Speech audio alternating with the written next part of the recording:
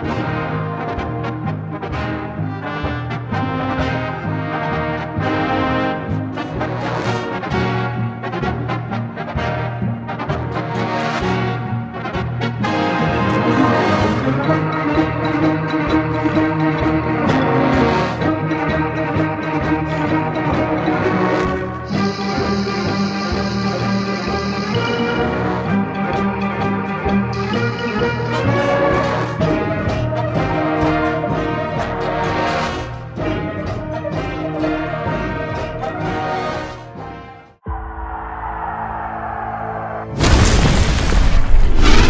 is Jeff, the host of the Gridiron.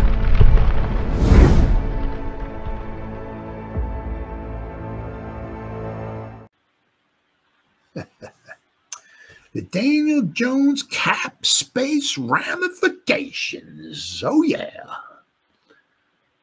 The good, the bad, the ugly of keeping Daniel Jones in there. Most of it's pretty ugly. Let me tell you what. I mean, because he's got that injury guarantee. I mean, especially if Shane and Dable hear that from Mara, oh, we're safe. Okay, you know what I mean. That means we might have another chance. Maybe we can actually go out and get our own quarterback, right? And that too, right? Because if they get a quarterback next season, right, it's tough to grab a quarterback 1 year and then you know, I mean, because then if you get rid of if you get rid of Shane and Dable after next season, they just bring a quarterback in. I mean, that's almost like, you know, because it's the same thing, bringing a new coach in. Oh, here's your quarterback. I don't want that quarterback. That's not my cut. You know what I mean? So if Shane and Dable come back next season, and if they can get a quarterback, right, they're almost buying themselves maybe 2 seasons, right? Because you have time to groom them, right? And then the second season, or by the end of the first season, or whatever, and into the second season, that's when you unleash the quarterback and let's see what he can do. Right? So if they get a quarterback, you know, they're almost buying themselves 2 years. But the thing is with because if the Giants get rid of Daniel Jones, they'll be saving about $19 million in cap space. Now they have about $44 million, I think it is, going into the season next year. You know, I mean, obviously at what the cap space is going to be. So it's nothing solid. You know what I mean? But I mean, they would save another $19 million if they got rid of Daniel Jones. So they would have over $60 million in cap space. You know, I mean, I don't know what free agent quarterback they could get, or you know, I mean, is it maybe Stafford? I don't know, but they could also, you know, bring in a couple nice little pieces as well too. They could also maybe extend a couple of the players, because I'm sure they're not re-signing or anything like that. Evan Neal, they would have to pick up the 5th-year option on Kayvon, right? But I mean, yeah, I don't know what's going on with Evan Neal there. But the Giants better start learn how to draft offensive linemen, because they drafted McKeithen, they drafted Zudu, and they drafted Neal, and neither one can like block their way out of a paper carton. I mean, I mean, holy cow, Batman! I mean, they better. Whew, my goodness, oh my God! But Daniel Jones, let's see here. Where are we at here? Whoop.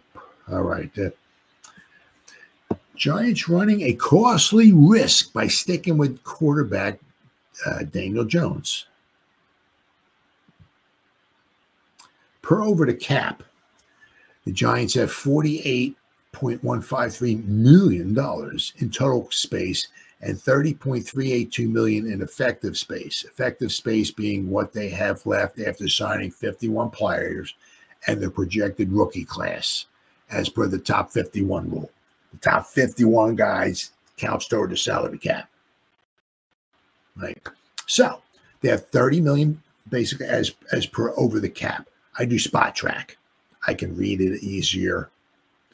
But if we go by this, the Giants have 30.382 after they're signing their draft class, And they're signing all their other players to fill out the top 51. Let's see. That cap space currently ranks 19th in the league. Cutting a healthy Jones before March 15th, when $12 million of his base salary becomes guaranteed.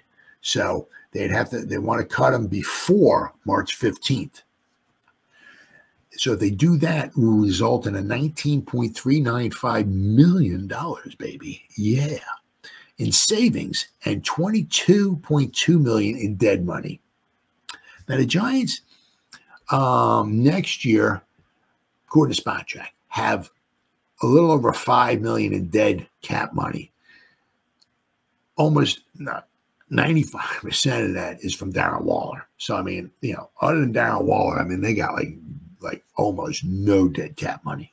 He's just Darren Waller, and it's one of those things. I mean, they knew his hamstrings were going to be whatever was going to be screwed up. They never would have traded for him. They knew he was going to retire. They never would have traded. It is what it is. Giants got screwed, and of course, it's a third-round draft pick. So it is what it is. But Shane tried. At the time we brought in Darren Waller, it seemed like not bad, pretty good, right? But once again, it is what it is. But let's see. But if the Giants are on the hook for the injury guarantee, add $23 million to the dead money.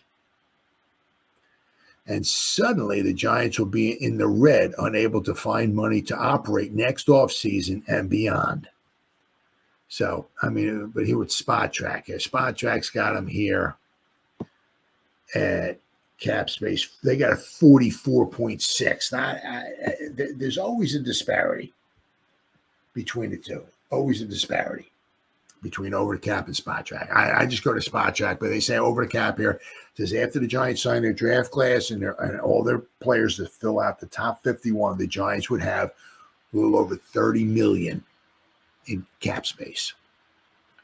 If the Giants cut Daniel Jones, according to this article, before March 15th, the Giants, there's $22 million in dead cap money, right? But you'd be cutting ties with Daniel Jones. But they'd be saving a little over $19 million. So they'd have about $50 million in cap space next season. Not bad. Wouldn't be bad. Of course, we would need a quarterback, but just a little detail. But we'd have $50 million. We can bring in, another one or so studs, or right, to help fill out the roster. But I'm saying, that would be signing all the top 51 on our roster, and that would be signing our draft class. So, the Giants certainly, obviously on the to-do list would be getting a quarterback. Now, what's it going to be? Do we try to go out and get a Tannehill or a Stafford or something like that? Bring them in on a friendly deal, whatever. I don't know, whatever, $20 million a year, whatever. I don't know. And then try to draft a quarterback and have them, have the Tannehill, Stafford, whatever, take the reins for a year or so while they got the guy on the sideline, grooming the guy on the sideline, right, waiting for him to come in. Right? That might be one of the options. I said right now. So if you look at, it's a long way to go. But I said if you look at the draft order, a lot of the teams in front of the Giants need quarterbacks. So the one thing is that, as I said before, team number one is the Patriots. They don't need a quarterback. Now, it would cost a lot for the Giants to jump up, from 8 to 1. Once again, it's as of right now. After week 18, everything's going to be totally changed, but I'm saying as of right now, it cost the Giants quite a bit to jump up from 8 to 1. But, if Dable can get his guy, right, he'd have no more excuses, right? So, I mean, because you can just say that I'm sure Daniel Jones is just not a Dable guy. So now you got the, what do they do, right?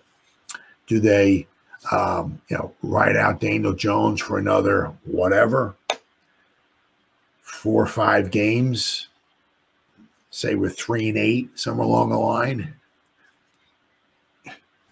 Are we going to give Drew Lock a chance? Put him in there for a game or two, right? Let him, unfortunately, maybe stink up the joint. Now we're at week 13. So give the last 4 games of the season to Tommy Chicken Cutler Parmesan. And see, this is, he keeps learning the system. Put him out there, see what he can do. Can he be maybe the backup for the Giants for next season, or maybe the 3rd string quarterback again? But the Giants are, because you can see, I said there's a $23 million guarantee. Said the Giants have like $30 million in cap space. If he gets injured, he can't pass a physical next season. There's another $23 million. I think it's going to go. The Giants got to pay another $23 million. They got to pay, and the Giants are not going to have much money at all. So you can see, where's that fine line at, right? Where's the point? You don't want to say they're giving up on the season. Certainly don't want to say that. They're not going to say that to the fans. They're not going to say that to the, But, and also it's kind of like they're saying it to the locker room as well. We're going to make a coach. I'm not coaching. We're going to make a quarterback change. The guys in the locker room are kind of looking around like, uh-oh, we're throwing in the towel, right? It's the season over with. So that's a very, it's going to be a fine line. Very, very fine line. So if and when that winds up happening, we'll have to wait and see. But it's a lot to think about with Daniel Jones. It's just not, it's just not, this season, it's got a lot to do with next season too. Because if he winds up getting injured, especially because we got a weak offensive line, and he gets his neck injured again, he tears his ACL or something like that, and he can't pass a physical, man, we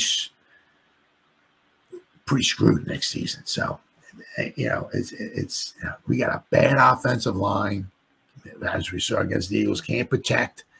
The Pittsburgh Steelers, are you kidding me? They're foaming at the freaking mouth, waiting again. They're like each guy on the front walls. Like, man, I'm going to get about 8 or 9 sacks this week against the Giants.